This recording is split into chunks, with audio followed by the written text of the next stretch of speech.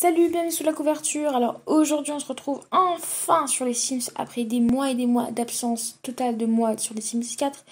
Tout simplement parce que je ne pouvais pas faire de vidéo car mon logiciel de capture d'écran n'était pas d'accord de faire tourner les Sims en même temps et ça laguait tellement que je ne pouvais à peine poser un meuble, donc c'était pas possible de jouer vu que je suis une joueuse de construction. Comme tu le sais, chaque personne joue aux Sims de sa façon. Il y en a qui créent que des familles, il y en a qui créent que des maisons, il y en a qui font que le mode histoire, etc., etc. Je suis une personne architecte, si on peut dire. Enfin, genre, je suis Sims architecte, voilà. Et comme j'utilise que la construction quasiment, c'est ce que je préfère faire. Ne pas pouvoir filmer la construction était pour moi un gros problème.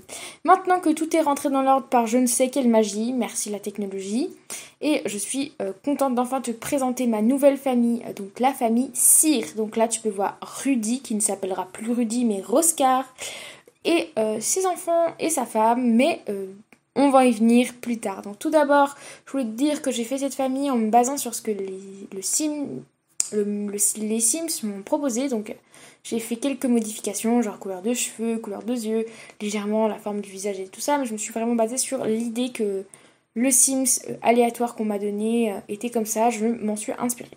Du coup, je vais tout de suite passer à l'histoire de la famille Cyr, et plus particulièrement, là tout de suite, à l'histoire de Roscar. Donc Roscar, c'est ce magnifique homme qui, comme tu peux voir, a des cicatrices à son œil et à sa joue pour une très bonne raison, je pense. Donc, Roscar est un homme plutôt chaleureux, très amoureux d'une certaine fille. D'ailleurs, il l'aime depuis la primaire, donc ça va faire un bout de temps. D'ailleurs, il est marié avec, sans vouloir te spoiler. Il est plutôt extraverti, franchement, il aime tout le monde, il est super sympa. Et malgré tout ça, il est surtout courageux, mais dans le sens naïf. Il se rend pas compte du danger. Bon, bah après, ça peut être un défaut comme une qualité. Donc, Roscar, un jour, on va te parler de sa cicatrice du coup. Et il est amoureux de cette fille. Et vois-tu, ce qui est très drôle, non, c'est vraiment rigolo parce que il s'est dit, non, mais en plus de l'aimer, je suis prêt à tout pour elle. Et cette fille, c'était une fille magnifique, tu vois. Tout le monde lui courait après, mais on en parlera encore plus tard. Elle avait pas envie d'avoir un mec, voilà.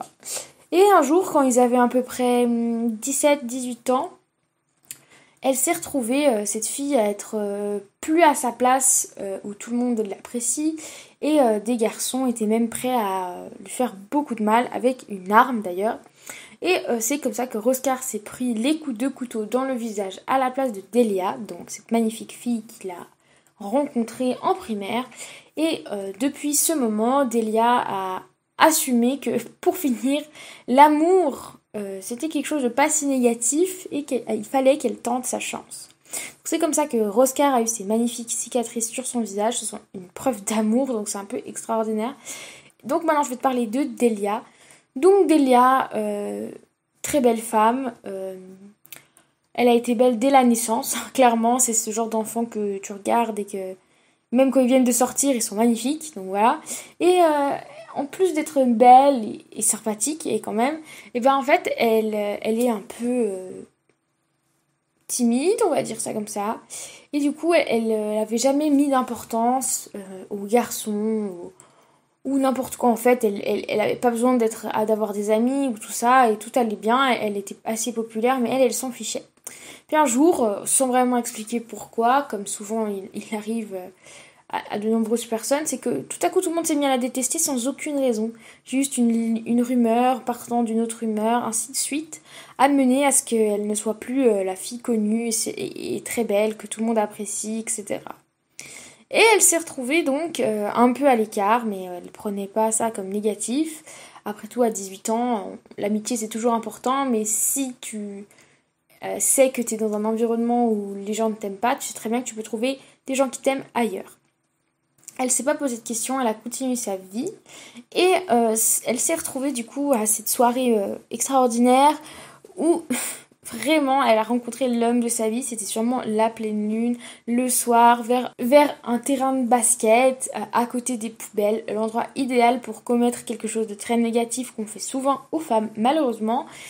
Et du coup, elle allait sûrement subir jusqu'à ce que Roscar croise sa route. Après avoir fait de nombreuses demandes de couple, elle avait toujours dit non, écoute, ça m'intéresse absolument pas. Elle s'est retrouvée là, face à deux autres garçons et Roscar dans le coin qui est venu l'aider. Alors là, Red dingue, elle est tombée amoureuse, elle pouvait pas non plus fuir cet amour qui était si flagrant, il était prêt à risquer sa vie pour elle, et du coup, c'est comme ça qu'ils se sont tous les deux mis ensemble. Seulement voilà, cette soirée-là, on ne sait pas vraiment comment ni pourquoi, mais tous les deux ont décidé de perdre leur virginité ensemble et passer un bon moment. Écoute, c'était sûrement l'émotion. Faute de quoi, ils ne se sont pas protégés et de cet amour est né un magnifique enfant.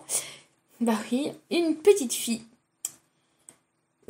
Voilà, donc tout le monde était plutôt content, hein. C'était pas prévu au programme, mais après tout, maintenant qu'elle était là, elle était là.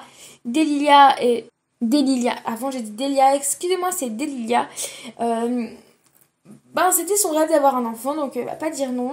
Et on les retrouve du coup aujourd'hui, 3 ans plus tard environ, et deux bébés, donc à savoir que du coup ils ont eu notre premier enfant qui est basé sur la génétique Sims, donc j'ai absolument pas modifié son visage.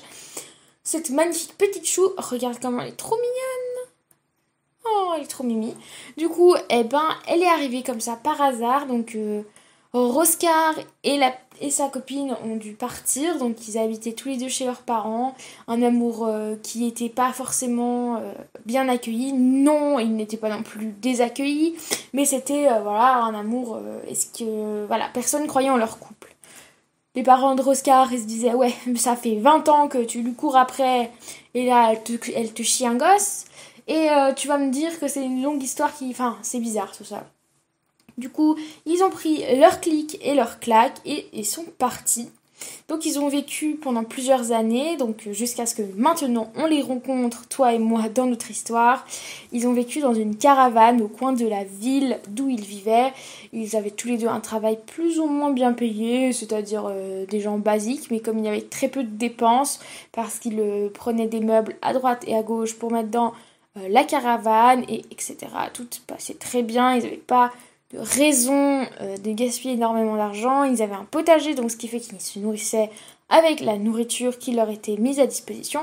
Et du coup, avec cette première enfant, ils en ont eu une deuxième, une petite choupette, trop mignonne aussi. Et ils se sont donc retrouvés avec 2 enfants, une caravane, plus eux. Et après quand même 3 ans, donc la première à 3 ans, la deuxième à 2 ans et demi, et c'était le moment, tout simplement, de partir à la rencontre d'un terrain vague pour construire une maison. Donc construire une maison, c'est des grands mots.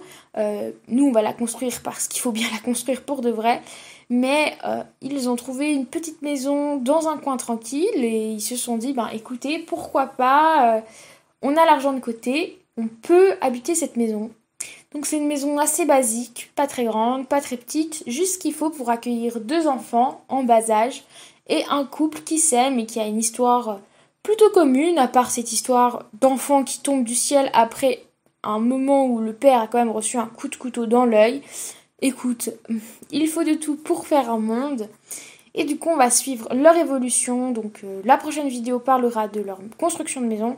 Et du coup, je pourrais t'aborder un peu plus de détails sur leur vie, sur leur passion, etc. Et puis, plus particulièrement, la 3e vidéo où on parlera des préférences. Et on fera du coup les chambres, etc. Les constructions et sûrement une dernière vidéo où on jouera. Donc du coup, je vais te laisser sur ces derniers mots. Donc je te présente ma famille Cyr, inspirée de rien. Je sais pas du tout pourquoi elle s'appelle comme ça. Et je vais même je suis super sympa.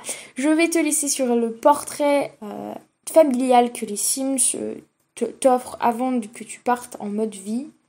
En mode construction plutôt. Et du coup, je te laisse avec ces images.